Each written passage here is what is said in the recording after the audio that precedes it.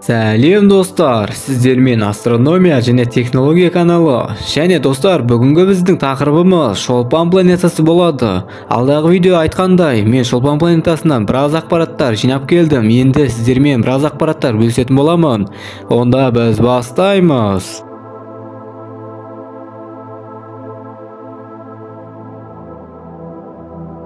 Шолпан планетасы күннен санағанда екінші планета.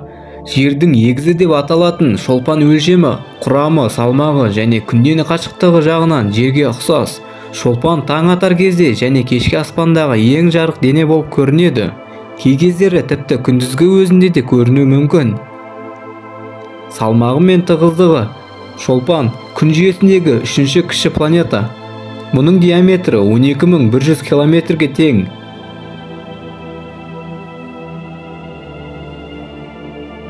Салмағы жер салмағының 5-тен 4 бөлігіндей және тығыздығы жағынан жерге қарағанда кішкене төмен болады. Шолпанның беті ыстық және құрғақ болады. Планетаның шамамен 65%-ын мыңдаған жанартау таңбалары жазықтары алып жатыр. Ал қалған бөлігін таулар, кратерлер және төбешіктер алады. Максвелл Маунттаун планетадағы ең биік нүкте болып табылды. Шолпан күн жүйесіндегі ең ыстық планета. Планетадағы орташа температура шамамен 800 градусқа тең. Бұл тіпті Меркурийдің температурасынан да жоғары. Ал Меркурий күнге екі жақын орналасқан планета. Шолпанның атмосферасы барлық планеталардың ішіндегі ең тығызы. Атмосфера көмір қышқыл газынан, азотынан, су буынан, күкірт қос тотығынан және күкірт қышқылы бөлшектерінен тұрады.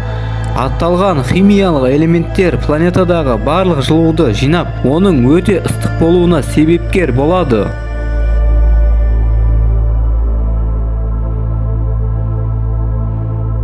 Айналым және шеңберлі қозғалыс. Шолпан күннен орташа алғанда 108 миллион километрдей қашық орналасқан. Бір шеңберлі қозғалыс жасауға 7,5 ай, ал бір айналым жасауға 243 күн кетеді. Басқа планеталарға қарағанда шолпанның орбитасы сопақ тәрізді емес, шар тәрізділеу. Бұл планетаның тағы да бір ерекше тұсы бар. Оның осі бойынша айналу бағыты. Жерге қарағанда шолпан өз осі бойымен күнді қай бағытта айналып жүрсе, сол бағытқа емес, керісінше қарсы немесе артқы бағытта айналады, шығыстан батысқа.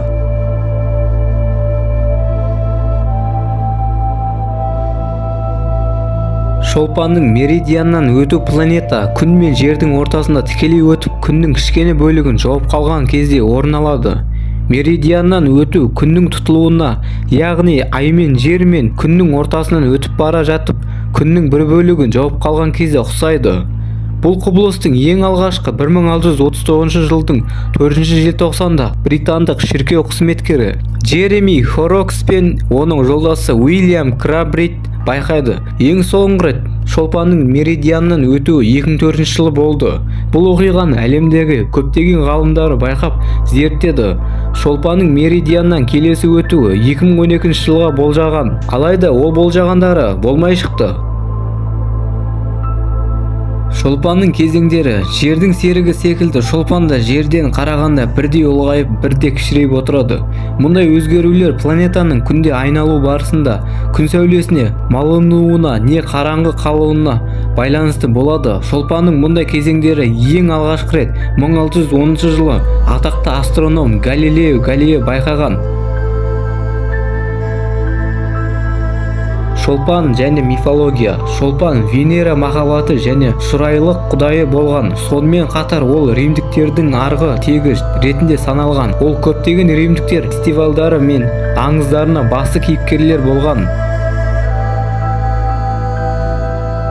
Сонымен достар, бүгін сіздермен Шолпан планетасы жайлы біраз ақпараттар алмастым. Және достар, осы видеоның соңына пікірлеріңіз болса, комментарий астына қалып кетсеңіздер болады.